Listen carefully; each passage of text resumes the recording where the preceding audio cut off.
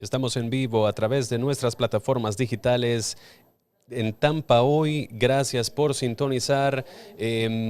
Hoy es 27 de septiembre. Estamos en esta cobertura especial siguiendo el huracán Ian que acaba de azotar el área más al oeste de Cuba. Ya salió el aviso de las 11 de la mañana. Gracias a usted que se conecta con nosotros a través de Facebook, a través de YouTube y a través de nuestra plataforma en internet, tampahoy.com. Les saluda Gerardo Sierra, muchas gracias por estar acá con nosotros en el último aviso de las 11 de la mañana. Sobre todo la gente en el área de Tampa Bay está muy alerta, ya que en los avisos anteriores la trayectoria lo ponía justamente pasando por encima del área de Tampa Bay. Ahora estamos viendo que en la última trayectoria este sistema se ha movido un poco hacia el sur. Lo que para el área de la bahía de Tampa no significaría un impacto completamente directo, pero esta es lo que están diciendo las autoridades locales. No es motivo en ningún sentido para bajar la guardia. Estamos hablando de un potente sistema actualmente de categoría 3 que está entrando al Golfo de México y que podría convertirse en las próximas horas como un potente gran huracán de categoría 4. En este momento se han activado nuevas vigilancias y avisos con el aviso que llega de las 11 de la mañana del Centro Nacional de Huracanes. Se ha emitido una advertencia de marejada ciclónica para la costa este de los Estados Unidos también, desde Marineland en Florida hasta la desembocadura del St. Mary's River, que esto incluye el St. John's River y el área conocida como Dry Tortugas. También continúa una vigilancia de huracán para varias partes del estado de la Florida. La bahía de Tampa continúa con una advertencia de huracán. También hay una advertencia de marejada ciclónica para nuestra área aquí en la bahía de Tampa. Cuéntenos desde dónde desde dónde se está sintonizando con nosotros.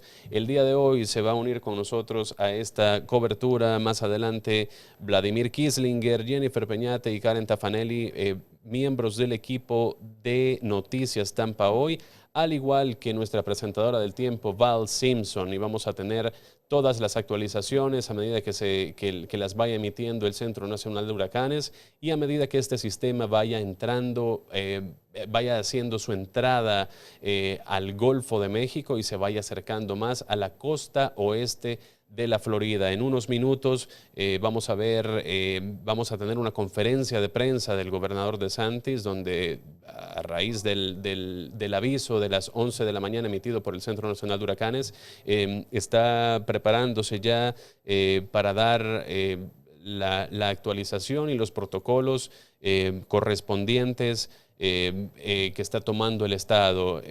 Tenemos algunas también advertencias, algunos avisos que se han emitido de evacuación obligatoria adicionales.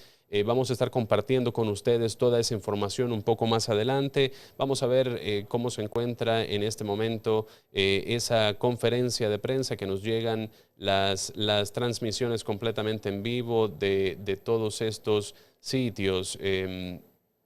Estamos teniendo acá, vigilando en su pantalla en este momento, estamos viendo esas actualizaciones y estamos a la espera de esa conferencia de prensa del gobernador Ron DeSantis, que llegará ya en pocos minutos. Por el momento vamos a tomar una breve pausa y vamos a mantenernos conectados completamente en vivo a partir de este momento. Antes, durante y después de este huracán Ian en su camino hacia el Golfo de México. Gracias a las personas que se conectan. Nos escribe Mabel Díaz a través de Facebook. Saludos y en oración por la Florida. Nos escribe desde Alabama. Muchas gracias, Mabel. Juanita Morales nos escribe desde Tampa, Florida. También nos escriben a través de YouTube. Muchas gracias por informarse a través de Tampa hoy. Y estaremos colocando también toda esta información valiosa e importante que usted necesita saber desde las áreas de evacuación, las últimas actualizaciones que han brindado los gobiernos locales en nuestro portal de internet tampahoy.com. No se despegue de esta transmisión, que vamos a tener más y vamos a tener al gobernador DeSantis en solo minutos, así que quédese con nosotros.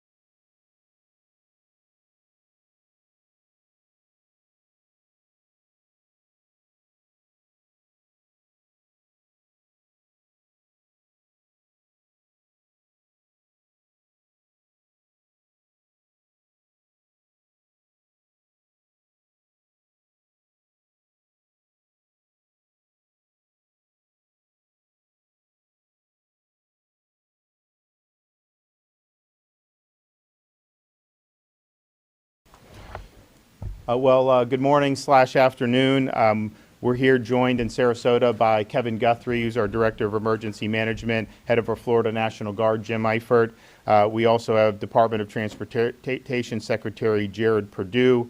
We have Sheriff Kurt Hoffman, and then we have Ed McCrane as well to talk about final stages of preparations for what is going to be a really, really significant hurricane that's going to impact the state of Florida. I think as many of you know, this storm, Hurricane Ian, is now located about 200 miles southwest of Key West. It's moving north at 12 miles per hour. It has passed or is in the process of passing Cuba. It is a Category 3 storm, which is a major hurricane, and the sustained winds are 125 miles per hour.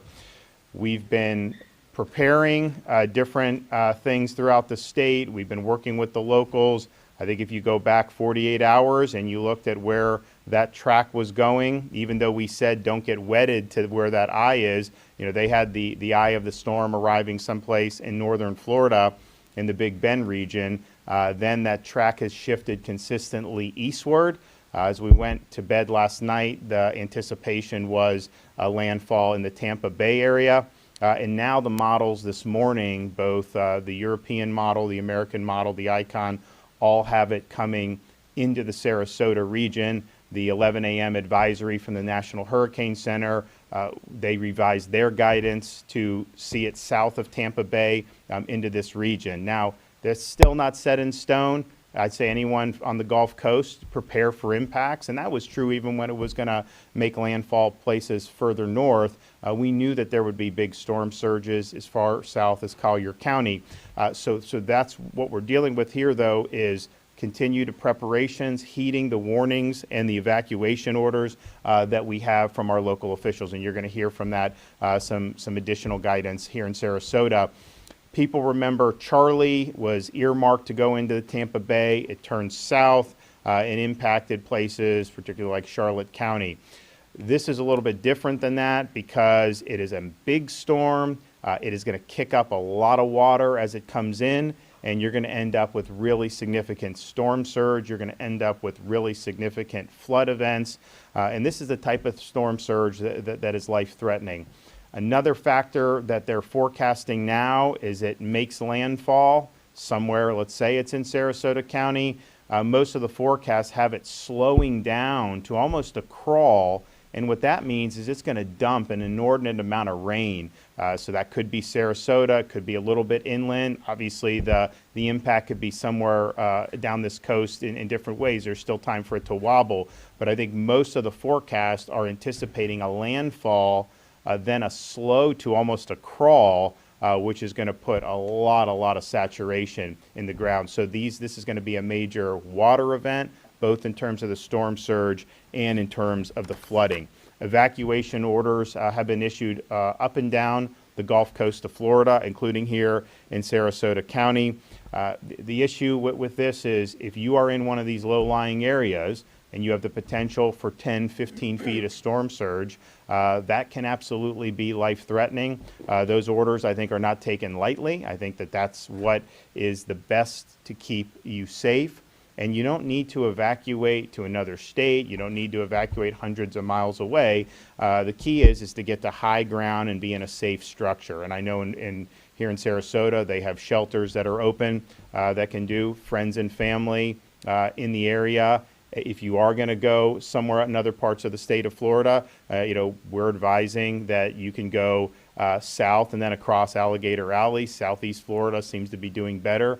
This track may end up taking it all across I-4. It could take it in other areas. But the most important thing with the evacuation is just get to the higher ground, get to safe structure. It doesn't mean you have to be in a place where there's no storm or where you're not going to face anything, because in Florida we have structures that can deal with these hurricanes. It's hard to deal with 10 feet of water, and that's really what is underlying the evacuation notices. If you're in the barrier islands, if you're in some of the places that are susceptible to that, you are in risk. FDOT and FHP are coordinating about the flow of traffic. As of now, on 75 out of here, it's moving.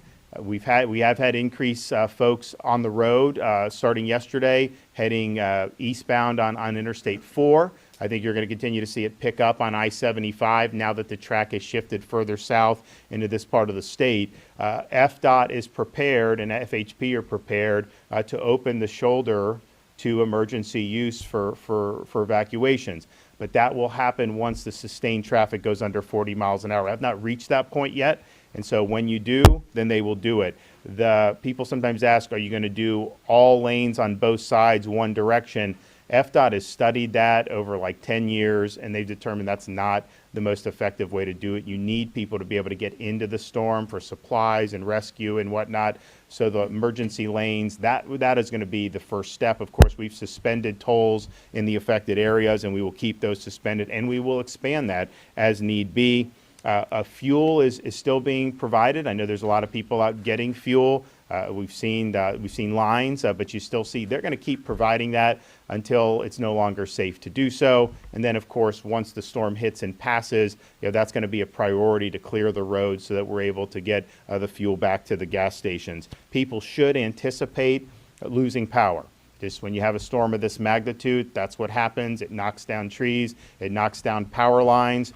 So when you're making preparations, just be prepared to be able to make do without having consistent power. And that may be a matter of days. It may be more than just a few days. It really depends on the intensity of the storm, and it depends on how much structural damage is done to the underlying infrastructure that powers our state.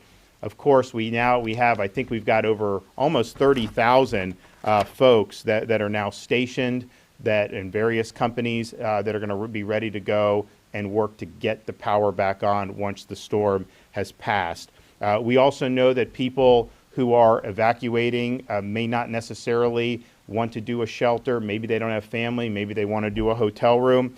Well, Visit Florida has partnered with Expedia to launch an emergency accommodation page. Anyone who's been ordered to evacuate can use this page to find available accommodations in other areas of the state. Just go to expedia.com/Florida, expedia.com/Florida.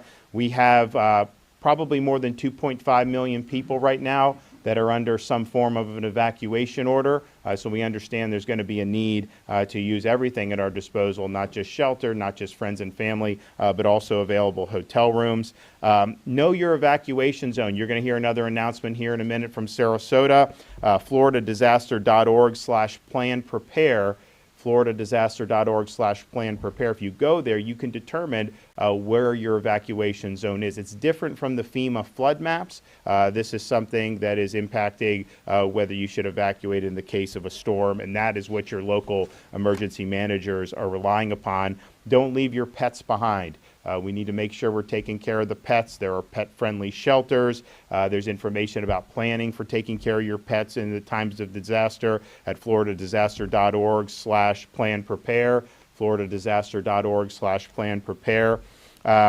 We have shelters open here in Sarasota and surrounding counties, and that's something that's going to be very, very important as the next day or two goes on. And if you want to see where the available shelters are in your area or even in other parts of Florida, you can go to FloridaDisaster.org/shelters, FloridaDisaster.org/shelters.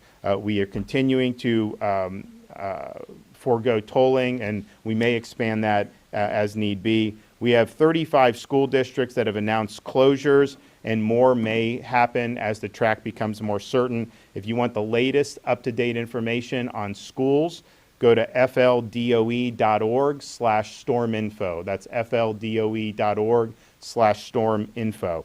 We have 5,000 Florida National Guardsmen that are activated and that are staging and that will be ready to go and help people who may need help once this storm hits. We've got another 2,000 from neighboring states. We have urban search and rescue teams that are activated, and we have another 3 that are on standby should their services be required. Florida Fish and Wildlife, they're activated, they're standing by, both in terms of vehicles that they would use to traverse water, as well as aviation assets. That's all tools will be at the disposal. We have FHP with 12-hour shifts and additional state troopers that have already been mobilized to the Gulf Coast of Florida. And of course, we now have Coast Guard. Who's in the Coast Guard at the EOC right now?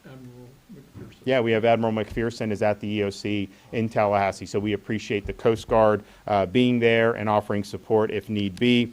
Long-term care facilities, as of now, 100% are reporting backup power in the form of generators. I know there's been evacuations of high-risk seniors, and that is the right thing to do. At the same time, there's a lot of these facilities that may not be in a flood zone or may not be in a zone A that they will be in there. They probably are going to lose power, and so having that is very important when you have medically dependent individuals. The entire state is under a state of emergency. As you see the track, there may be portions of the state that don't see any major impacts. Clearly, if it barrels into Sarasota and then goes out into the Atlantic Ocean off the east coast of Florida, probably not going to have significant impacts in northwest Florida, whereas there had been tracks just a couple days ago that had taken it all the way into places like Okaloosa and Escambia counties. We also, though, because of the change in the track, there's going to be more counties on the interior that are going to have more direct impacts. I mean, everyone's getting rain. You're going to see that. That's going to absolutely be impactful. But if you have it come through a place like Sarasota, yes, it will weaken, but you're going to probably have at least tropical storm force winds all the way until it exits the state of Florida, wherever that may be. We've authorized emergency refills of medication and prescriptions for 30 days. We've suspended weight restrictions, and we've waived those policies so that commercial trucks can bring in as much supply as they can to make sure that the folks here have what they need. We have received at the state level 550 requests for assistance from local counties. We fulfilled 495 and are on the way to do more. Some of those requests can only be fulfilled once the storm hits, and those will be as well. We were able to meet with the leadership here in Sarasota County, and we stand by ready to do additional assistance once that is requested. We have done over 200 medical professionals to county special needs shelters. We have 120 that are in surrounding counties in the Tampa Bay area. On top of that, we have staging areas, and as the storm track has changed, Kevin and his people have migrated some of the preparations and the staging further south in the state. When you had the eye of the storm looking like it would go north of Tampa, that's different than when you see it coming now south of Tampa. So still have support in Tampa and in north of that, and I would say that just because the eye is no longer on Tampa Bay, one little wobble can change that, and I think you're absolutely going to see major impacts in the Tampa Bay region, regardless of whether the track continues to go south or not. Generators and pumps are staged to help with flooding. Pre-landfall fluid and water is staged to help with counties that may be in need. So please continue to monitor the local weather reports. Please listen, and if you are in an evacuation zone where you've been called upon to evacuate, that you heed those warnings and do what you need to do to protect yourself and to protect your loved ones. We want everybody to be safe. We want to make sure that they get through this in one piece.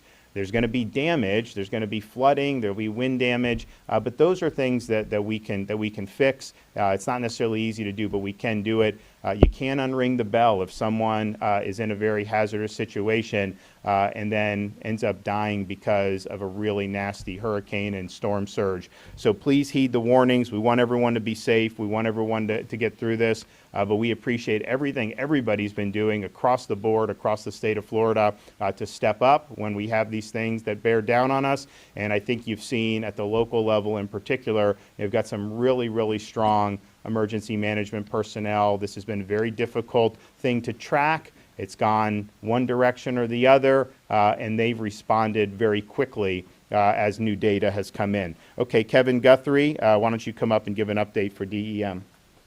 Thank you, Governor.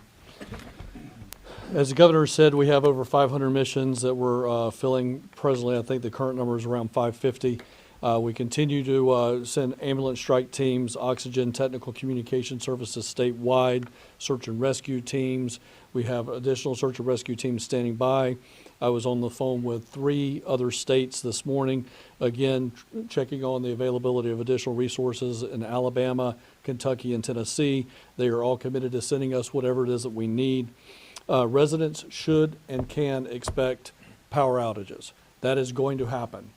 If you're a medically dependent resident, and that's a term that was coined right here in Sarasota County by the leadership here, If you're a medically dependent resident and you depend on electricity, then you need to start seeking shelter now.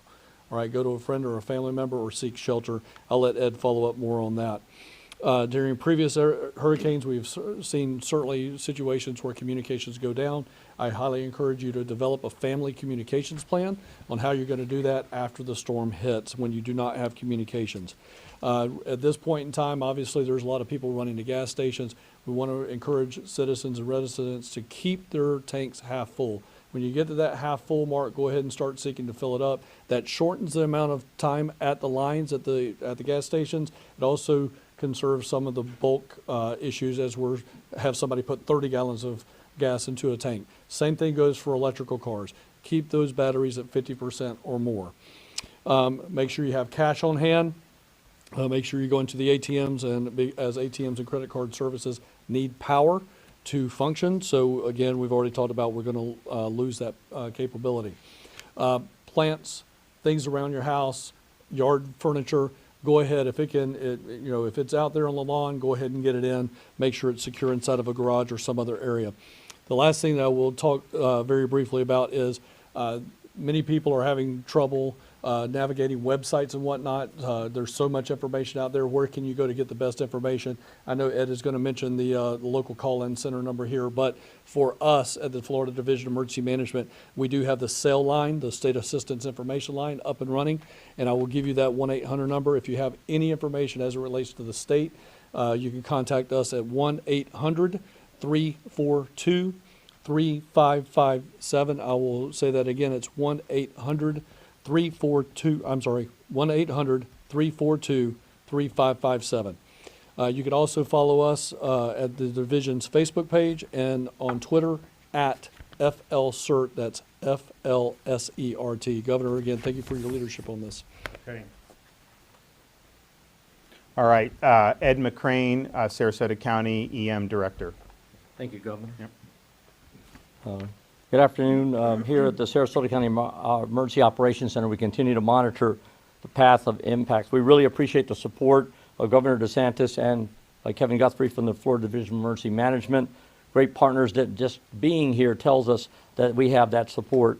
They continue to work together with our school, law enforcement, municipal partners to get the word out, which includes mobile homes, RVs, and those that live on boats. And that mobile home park can be anywhere in the county. If you look at the Sarasota County evacuation map, you'll see red shapes throughout the map. Those are mobile home parks, and they are part of Level A. Because of the change in the track and the information we received from the National Hurricane Center and the Weather Service this morning, we are now adding Level B. At this point, right now, we're adding Level B, which will encompass a few more areas of the county adjacent to those Level A red areas. To find the nearest evacuation center, visit scgov.net/beprepared, or you can call 311. All 12 evacuation centers for general population are open. We began accepting evacuees at noon today. And we have 2 medical dependent. At this point, the medical dependent process is not as it would be during blue sky. You need to call 311 so we can do a quick triage and get you into the system. Don't go in and try to fill out the form and expect it to be acted on quickly, as we're already in the process of moving people. Evacuation centers, though, like the governor said, should be your last resort. They're the lifeboat. You should go to friends or family if you can. And you don't have to go hundreds of miles. You can go tens of miles. You can choose east-west routes like 72. 70, 64, or like the governor said, go south on 75 and seek refuge down there. Our buses are serving at the transportation rally points. We will end those services tonight at 8 p.m. or once winds reach 35 sustained. The bridges will remain open for vehicular traffic, but once winds get to 35, the U.S. Coast Guard will issue a notice that the bridges will be closed to marine traffic. And let me emphasize that. There's a lot of misconception about that. We do not leave the bridges in the up position to close them. They are down, locked, the equipment is removed, the bridge tender leaves, and law enforcement may be placed there to prevent people from going back west over the bridge unless they have an emergency situation. The utilities will be shutting off water service to all residents and businesses located on Siesta Key after 5 o'clock this evening. City of Sarasota may be doing the same on Lido and that area, so keep that in mind. Solid waste collection services have been canceled. The landfill is closed. We ask our community continue to be smart, make their preparations now, and follow evacuation notices when issued. If you're going to an evacuation center, eat before you go. Bring your emergency kit, including bedding, and bring a flashlight, toiletries. You're going to get 20 square feet of space there. Our teams there, along with the school district partners, will get you in situated. You can bring a pet. Every single evacuation center in Sarasota County is pet friendly. We have teams there trained. Our school partners, we decided that after Hurricane Irma because everybody came to every shelter with pets. So we are prepared for that now. Continue to monitor local media, county social media, and please register for emergency notifications by going to alertsarasotacounty.com. Okay. All right. We also have from the Department of Transportation, our Secretary, Jared Perdue. Thank you, Governor. As the Governor mentioned, we have suspended tolls to aid in evacuations in the impacted areas, specifically Alligator Alley and many of the toll facilities in the Tampa region. We will continue to monitor the path of the hurricane, and as needed, we can expand those toll suspensions. We've begun locking down and fortifying all of our construction projects. Our coastal projects, we obviously secure and lock down the barges and cranes, and also open all the travel lanes on all of our inland projects to aid in evacuations. For our bridges, we monitor those very closely with FHP. When wind speeds on the bridges reach 40 miles per hour, we coordinate closely with FHP and local law enforcement and begin shutting those bridges down to traffic for safety of the traveling public. We'll continue to monitor that as the storm progresses. We're going to continue staging resources nearby for post-storm bridge inspections. This is a priority for us, especially for our coastal bridges. We'll start there. We deploy resources immediately after the storm, and it's safe to do so in order to inspect those bridges, make sure they're safe for passage, prepare any repairs that are needed to get them open for the life safety mission, and also getting supplies in and out. The staging of resources for post-storm events in terms of roadway clearance and supporting the life safety mission is currently ongoing, and we're also coordinating very closely with our utility partners to aid in the power restoration after the storm makes impact. We're going to continue close coordination with FHP, Georgia DOT, Florida DEP, and U.S. Coast Guard on additional needed actions. All of our ports, our seaports, currently have adequate fuel supplies. They're well positioned to quickly reinstate operations following the storm and keep fuel supplies moving. The seaports in the cone of influence have begun suspending operations in terms of sea traffic and staging appropriate measures to safely restore operations as soon as the storm passes through. We're also coordinating very closely with our airports, and for airport closure information, you should contact your local airports. We are staffing traffic management centers across the state 24/7. We're closely monitoring traffic flows on all of our major facilities to aid in evacuations. We have brought on additional resources for road rangers and motorist aid assistance in case motorists need help as they're evacuating. We'll continue to watch that traffic.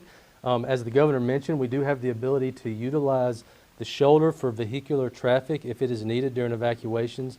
We coordinate that decision very closely with FHP. As soon as travel speeds get below 40 miles per hour, we typically are able to do that, and we've deployed signs and we'll have personnel all along those corridors to help aid motorists in knowing how to navigate that. We have successfully deployed this in the past, and so it works very well. So we'll continue to watch that, and as we get closer, we'll watch the traffic. Currently, we're seeing anywhere from 30 to 40% increases over normal on our major interstate facilities like I-75 and I-4. We have a 511 travel information system. Please visit fl511.com for information, or you can download the app on both Apple and Android devices. Again, thank you, and thank you, Governor, for your leadership. Okay, and what Jared will do, I mean, these bridges, as was mentioned by Ed, they will, once there's a certain wind, they will be closed because they're not safe. The storm will come through. In the aftermath, those bridges will be reopened, but only after they've been inspected to ensure that they didn't suffer significant damage. We want to make sure that the bridges are safe. So Jared will have people ready to go, Army Corps, and the goal is that once it passes, get in, look at the bridges, make sure that they're safe, and then give the A-OK for people to be able to get back on there and get back to their homes. So you have time today to make the arrangements that you need to make. Listen to the call. If they mention the Zone B, that's not something that's taken lightly. That's something that is looking at the latest weather information that was a lot different than maybe 48 hours ago, and identifying potential vulnerable locations within the county here. And I know they're doing this in other counties with their local EM directors. And so this is going to be a significant storm. You're going to have massive, massive storm surge, a little bit different than when Charlie was supposed to go to Tampa back in 2004 and then went further south. That had a lot of wind, and this had a lot of wind too, but it did not kick up the same level of storm surge that this is anticipating doing, nor did it produce the level of flooding that this is anticipated doing. So protect yourself, take precautions. We'll have support coming in as soon as it passes. We want to help everybody get back on their feet as soon as possible. Okay. Anybody have any questions? Yes. We've been, obviously covering preparations, speaking with a lot of our new Floridians who I think are taking this storm seriously, but I'm a Floridian, know a lot of Floridians, of course, who've been here for a long time, and who historically have not left when they've been told to evacuate. Can you speak directly to those folks who plan on doing that this time around? Well, I think it depends on your location. I think that when you're in these Zone A's, when you have a potential historic storm surge coming, you are taking a major, major risk. I mean, that's just the reality. And so, as Kevin said earlier today, if you evacuate out of one of those zones, Zone A, and you get to higher ground in a safe structure, the one thing we say, you're not going to die. If you're in harm's way, you're really taking a risk. Now, there are definitely going to be people in this county and in other counties around here who are not in a Zone A or Zone B situation. Maybe they are on higher ground, they have perfectly safe structures, and they make those decisions that's best for them to kind of hunker down, and that's fine. But when you're in those really low-lying areas, given what the storm's going to do, you are absolutely taking a risk. And regardless, I think, of what people do in terms of staying or evacuating, just be prepared that you will lose power, and that will happen. And it's not going to come back on immediately. There's going to be a storm. If it's crawling very slowly throughout this county and in this part of the state, that's going to be dumping an inordinate amount of rain. It's going to be difficult for anybody to get in immediately. You're going to have to clear roads. You're going to have to do a lot. So just prepare for that, and just understand that you are going to have interruptions in power. Understand you will have interruptions in fuel at some point. Now, Kevin's team, working with the utilities and everybody, the FDOT, the goal is going to be clear the roads, get the linemen in there, do what you need to do for fuel. Of course, that's going to be all hands on deck. But there is going to absolutely, with a storm of this magnitude, going to be a time when you're going to have to do that. So for the new Floridians, some are in this for the first time and are really heeding, which is great. Others may not necessarily know what to expect. And so if you are here when it passes, just understand, with no power, it gets really hot and nasty. It's not necessarily going to be great to be sitting around. That's just par for the course when you deal with these things. So just make sure you're prepared for that. Yes. Secretary Perdue, are you considering making any roads one way? And then my other question is, what are you doing to ensure that gas supply continues? Yeah, sure. So, no, we've done a lot of studies over the years and found that using the shoulder for those evacuations is really effective. We don't want to one-way facilities because we need the other side of the facility for the life safety mission and getting supplies in and out. And so we found that works really well. And as I mentioned, fuel supplies are topped off at all of our major ports, and so right now fuel levels are looking good. There's lines at gas stations, but right now fuel levels are looking good. And the decision, as Jared mentioned earlier, to use the shoulder is going to be dependent on when traffic slows to a certain amount. And we have not yet seen it consistently be below 40 miles an hour. And really, you're looking at I-75 and I-4 as the two major interstates where that would be an issue. Also, Kevin, the state, we have fuel contracts in place to bring it in from other places. And so, he's working on that. And that may not be needed. But if it is, we want to make sure that we're able to get fuel going as quickly as possible. If this ends up being, the worst case scenario that nobody wants to see, do you feel confident that the state is ready for the response after the fact? So the bad thing about, there's many great things about Florida. One of the negatives is that you have risk of natural disasters and hurricanes, and that's just always been true throughout our state's history. The good part about that is because everyone knows it's a risk, we have some of the people that respond to these that are the best in the business. And it's not just at the state level. We obviously have good people there, but you have people in these counties who've been doing this for a long time. And so they've seen a lot, and they've seen what works, what doesn't. What I can tell you is we've marshaled all the resources available. When counties have asked, we're fulfilling those requests. We want to make sure that people have what they need to be able to get through this. Now, once the storm passes, of course, immediately, if anyone needs to be rescued, that's why we have the National Guard. That's why we have Florida Fish and Wildlife Commission with their boats and their aircraft. That's why we have USAR teams that are going to be ready. So those are really major assets to help people who may be in harm's way. Once that's taken care of, the resumption of services is going to be priority. That's why you have 30,000 linemen amongst all these different utility companies that are staged and ready to go, because most people will get through this with minimal damage to themselves or their property, but if they can get back to normal as quickly as possible, that makes helping everything else so much easier. So there's going to be a priority on doing that, and as Kevin mentioned before, with the fuel and the communications, all of that is very, very important to get everybody back on their feet. Now, when you're talking about storm surge of this nature, you're talking about the amount of water that may get dumped. You're going to have damage from the flooding. I mean, there's just no two ways about it. That could be residential damage, that could be commercial damage. Of course, when you have a strong hurricane making landfall, you're going to have a lot of trees that are going to be knocked over. That's going to cause damage. I think if you look, a lot of Florida homes are built to withstand a Category 3 hurricane or more, but what ends up happening is a tree falls on, well, that's damage that's hard to stop at that point. And I think you're going to see it continue to go through the state of Florida potentially on this track, maybe not at hurricane strength winds, but you're going to have a lot of tropical storm force winds that are going to cause damage. It's going to create problems with vegetation. It's going to create problems with trees. So as all these things go, there are some tracks that are better than others.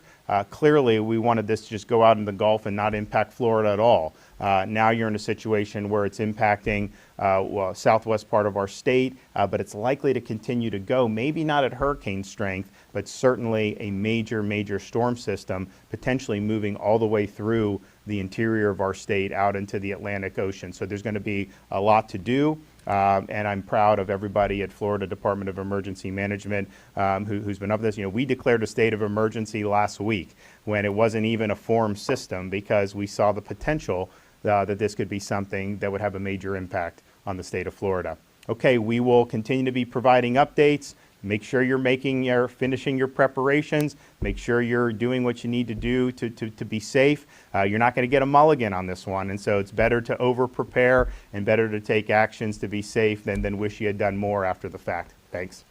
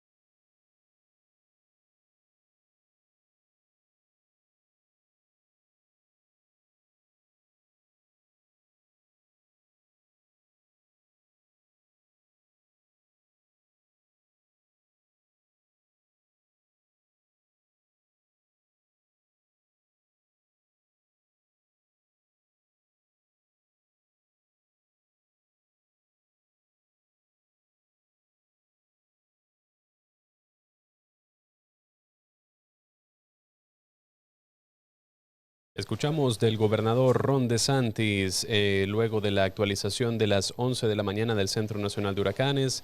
Les saluda Gerardo Sierra y estamos en esta transmisión continua dándole este seguimiento al huracán Ian que está entrando hacia el Golfo de México luego de pasar por el área más al oeste de Cuba, sobre todo por la provincia de Pinar del Río. Estamos preparándonos acá en el Canal 8, en el centro de Tampa. Gracias a las personas que se conectan a través de Facebook.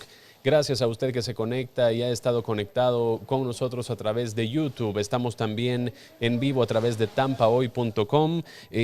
La última actualización de la trayectoria de esta tormenta está poniendo a Ian moviéndolo un poco más hacia el sur de la parte principal donde se pronosticaba el mayor impacto temprano el día de hoy. Lo está entrando tal vez un poco más por la parte de Sarasota, del condado de Sarasota. Esto es al sur del condado de Pinellas. Y con este cambio al sur, esto no quiere decir en lo absoluto que tenemos que bajar la guardia, porque vamos a ver condiciones bastante deterioradas, vamos a ver bastantes ráfagas de viento, vamos a tener siempre el problema de las inundaciones, que nuestra área es propensa a inundarse, sobre todo algunas áreas en el condado de Hillsborough, algunas áreas en el condado de Pinellas, las partes más cercanas a la costa. Díganos desde dónde se conecta con nosotros. Una de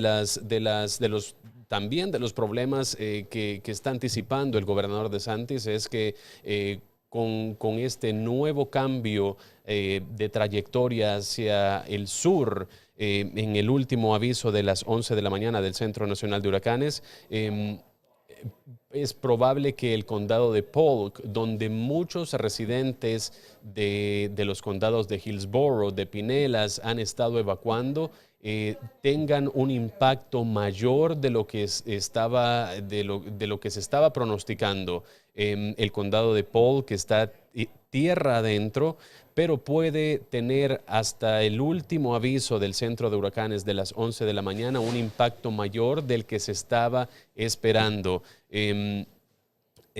Continuará el trayecto y lo vemos en pantalla, pasando un poco por el área de Orlando y luego teniendo un impacto por el área también de la costa este, donde hay vigilancias de huracán en este momento activas. Hay vigilancias en todo el estado de la Florida activas, que puede encontrarlas todas en nuestra plataforma digital tampahoy.com.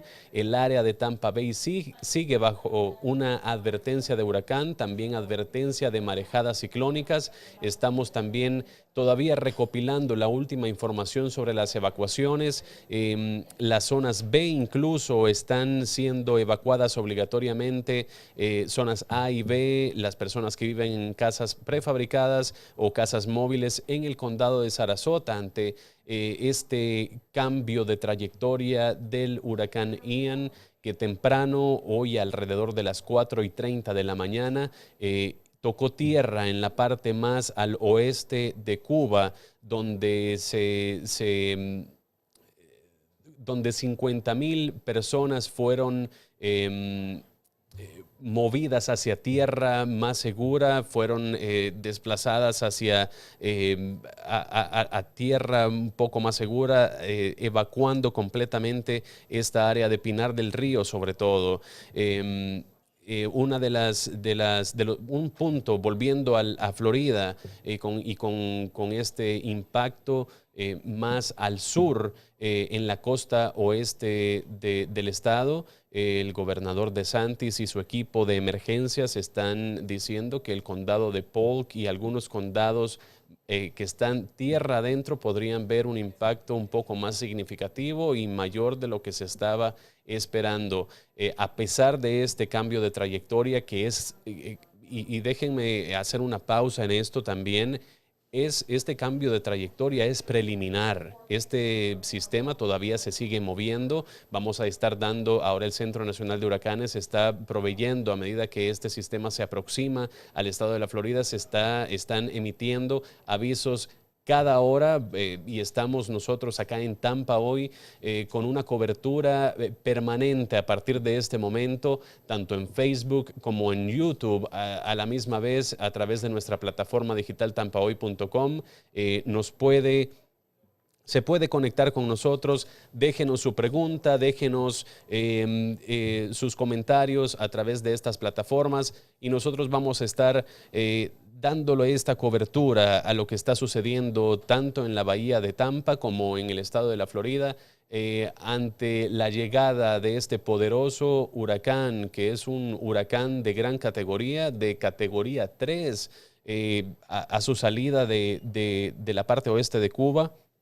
Y se espera que siga intensificándose. Así que vamos a compartir con ustedes más de los recursos que tenemos disponibles, que han compartido los gobiernos locales, las autoridades locales.